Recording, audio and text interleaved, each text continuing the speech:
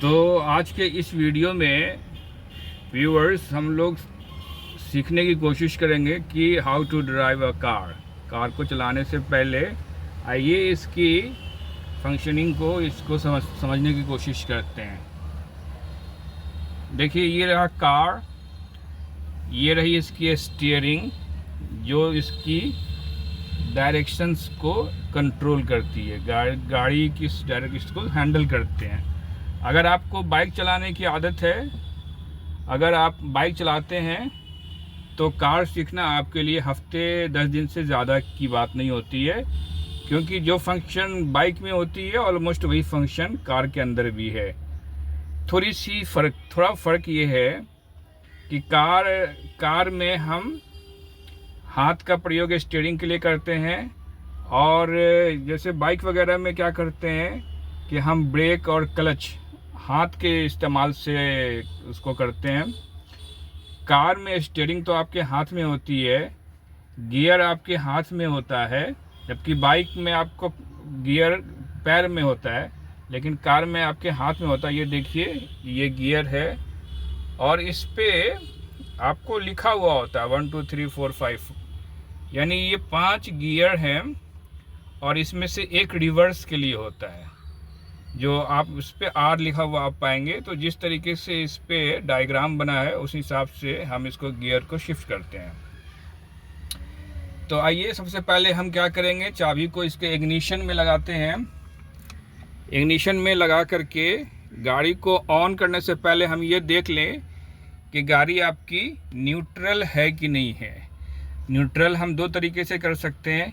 एक, या तो आपने गियर को बीच में कर दिया, अब ये गाड़ी हो गई न्यूट्रल, यानी इसमें कोई एक्सीलरेटर नहीं लगेगा, ये अब हो गई गियर लेस हो गई। अब अगर आप इसे 1 नंबर गियर में गाड़ी स्टार्ट कर देंगे गलती से भी, तो गाड़ी झटका मार के रुक जाएगी, लेकिन थोड़ी गाड़ी जंप कर सकती है, तो वो ख़तरनाक भी हो सकता है। तो सबसे पहले एक आदत हम लोग बना लेते हैं कि हम जो क्लच है, जब भी गाड़ी स्टार्ट करेंगे उसके पहले जो क्लच है, जो पैर से हम दबाते हैं लेफ़्ट फुट से, बाएं पैर से जो हम दबाएंगे उसको दबा लें पहले, सबसे पहले। इससे क्या होगा कि गाड़ी आपकी न्यूट्रल हो गई। अगर गियर भूल से अगर आपने लगा भी रखा है, लेकिन अगर आप क्लच को पूरा दबा देते हैं तो क्या होता है कि गाड़ी आपकी न्यूट्रल हो जाती है। तो चलिए हम क्या करते हैं, इसको न्यूट्रल किया और इग्निशन से चाबी को घुमा करके गाड़ी को स्टार्ट करते हैं।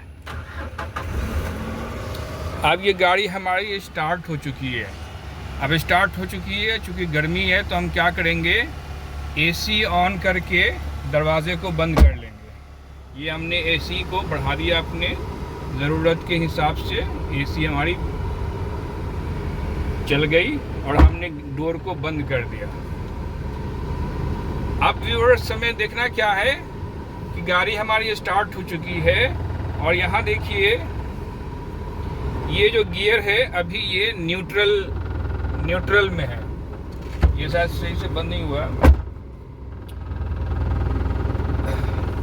ये जो है अभी न्यूट्रल में है, तो हम अगर इसके क्लच को छोड़ भी दें, देखिए हमने क्लच को धीरे धीरे करके छोड़ दिया, गाड़ी आगे नहीं बढ़ी।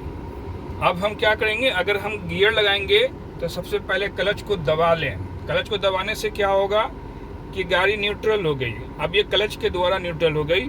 अब हम इसको 1 नंबर पे लगाते हैं। 1 नंबर पे जो हमने लगा दिया तो गाड़ी आ गई है अब गियर में, यानी गाड़ी अब बढ़ेगी। और इसको रोका हुआ है किस चीज़ ने, तो क्लच को दबाया हुआ है। क्लच के प्रेसिंग की वजह से गाड़ी अभी न्यूट्रल है। अब क्या करेंगे हम कि धीरे धीरे इस क्लच को हम छोड़ेंगे, इसको हम छोड़ेंगे। तो जब धीरे धीरे छोड़िए तो आप देखेंगे कि गाड़ी जो है धीरे धीरे आगे बढ़ने लग गई। आपको अपने हिसाब से गियर को धीरे धीरे क्लच को छोड़ना है तो गाड़ी आपकी आगे बढ़ती जाएगी, आगे गाड़ी आपकी बढ़ती जाएगी। जैसे आप देख रहे हैं गाड़ी बढ़ती जाएगी। और ये स्टीयरिंग अपने नज़र को सामने रखिए, आपको झुक के नीचे नहीं देखना, सामने नज़र होना चाहिए। और यहाँ से अब आप देखेंगे तो गाड़ी हमारी बढ़ रही है। अभी ये खुद जितनी कंपनी ने एडजस्ट की होगी उतनी गाड़ी आपकी आगे बढ़ेगी। अगर स्पीड देना है तो फिर उसके लिए आपको क्लच ये एक्सीलेटर दबाना पड़ेगा। तो इस तरीके से गाड़ी आगे बढ़ी।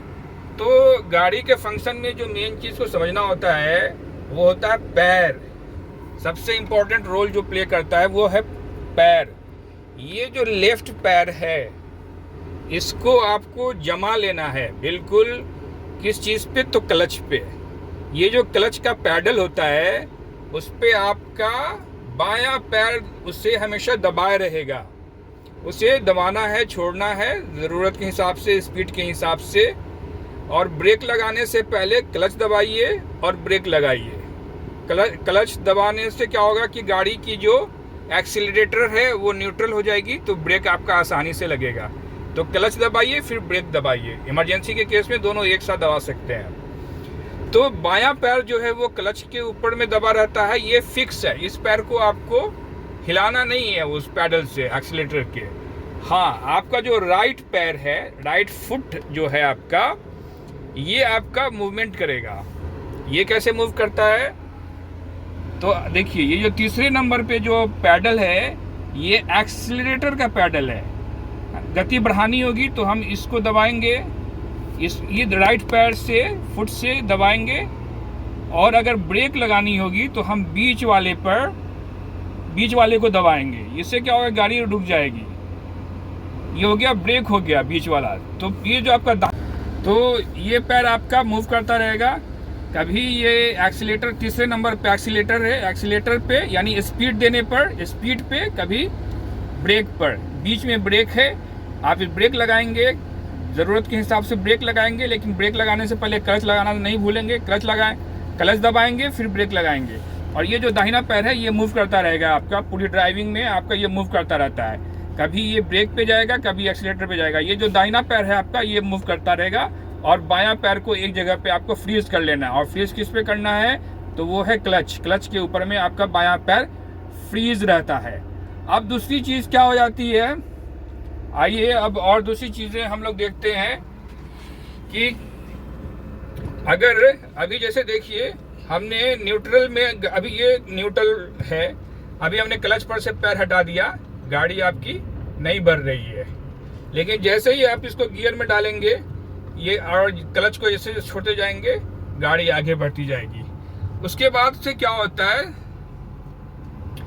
कि सबसे जो इम्पोर्टेंट चीज़ होती है गाड़ी में, जो बाइक से आपको अलग ये करती है, डिफरेंस पैदा करती है, वो है आपको गाड़ी की विड्थ का, जो इसकी चौड़ाई है उसका एक्सपीरियंस होना, उसका एग्जैक्ट अंदाज़ा होना बहुत ज़रूरी है।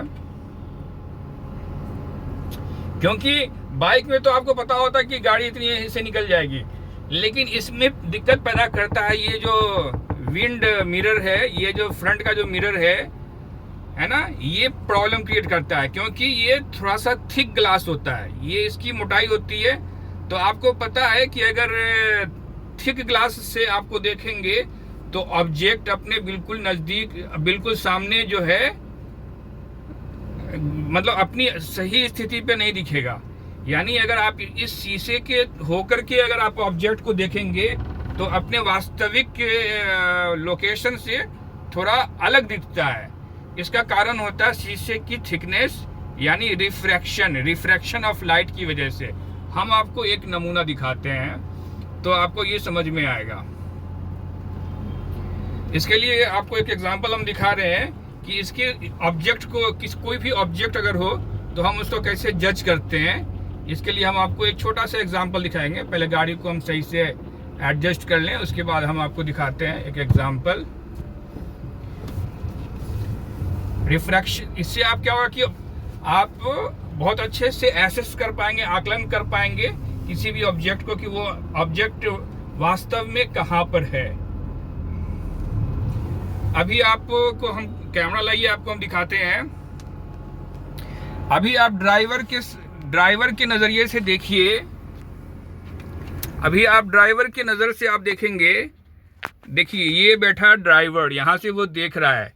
तो ये जो सामने का जो पेड़ है, ये जो सामने का पेड़ दिख रहा है आपको, बिल्कुल इसके ये जो बना है ना, इसीलिए बना हुआ होता है ना, ताकि आप ऑब्जेक्ट को समझ सकें कि उसको समझने के लिए यहाँ पे ये दिया हुआ होता है।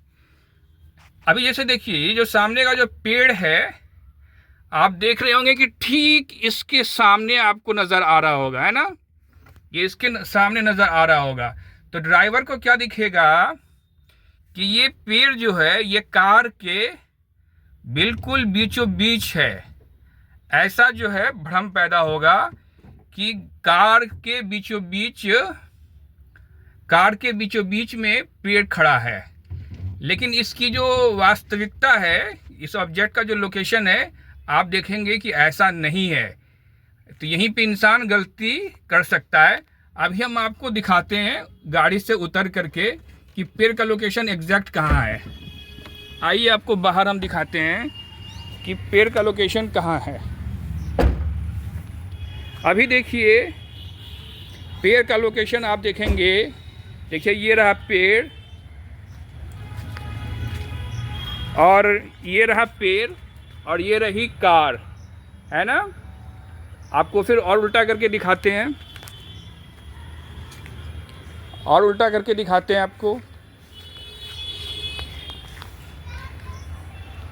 ये जो पेड़ है आप देखेंगे तो पाएंगे कि ये जो पहिया है, इस पहिए के बिल्कुल ये सीध में है, ये बिल्कुल सीध में है। तो ऐसे में लोग धोखा खा जाते हैं। तो मतलब ये हुआ कि जब आप ड्राइविंग कर रहे होते हैं तो ऑब्जेक्ट का सही एक्सेस करने में भी एक्सपीरियंस की ज़रूरत होती है। इसके लिए हमें एक्सपीरियंस की ज़रूरत होती है। तो हम लोग क्या करते हैं कि अगर आपको इस साइड का जो पहिया है, इस साइड का पहिया अगर आपको सड़क की पट्टी पे चढ़ानी है, मान लीजिए सड़क पे आपको गाड़ी खड़ी करनी है और आप चाहते हैं कि इस साइड का पहिया आपकी पट्टी पे खड़ा हो, तो पता है आप कैसे जज करेंगे? ये जो बीच का जो पार्ट दिया हुआ होता है, ये जो बीच का पार्ट है, ये अगर आपको पट्टी पे के ऊपर दिखे तो समझिए कि वो पहिया जो है वो पट्टी के ठीक ऊपर है। फिर से समझिए, भ्रमित मत होइएगा। ये जो बीच का दिया हुआ है ना, ये ऑब्जेक्ट के निशाने के लिए ही है। ऐसे लगेगा कि ये ऑब्जेक्ट इसके ठीक सीध में है, एक ड्राइवर को ऐसा आभास होगा। लेकिन अभी आपने देखा कि ये कार के बीचों बीच नहीं है, बल्कि ये गाड़ी के लेफ्ट हैंड साइड का जो पहिया है ये उसके सीध में है। तो ये ऐसा होता है रिफ्रैक्शन की वजह से, क्योंकि थिकनेस होती है इसके, इस ग्लास में थिकनेस होती है, तो रिफ्रैक्शन ऑफ लाइट की वजह से इस तरीके का होता है। और बाकी जो चीज़ें आपको सीखनी होती हैं वो होता है गाड़ी की टोटल जो विड्थ है, इसकी जो चौड़ाई है, इसका अंदाज़ा। तो इसको आप बड़े आराम से एक हफ्ते की प्रैक्टिस में इतना तो सीख सकते हैं कि आप गाड़ी को धीरे धीरे किसी खाली जगह पे, मैदान में आप गाड़ी को चला सकते हैं, प्रैक्टिस कर सकते हैं। कोई बड़ी बात नहीं है, बहुत ही सिंपल है।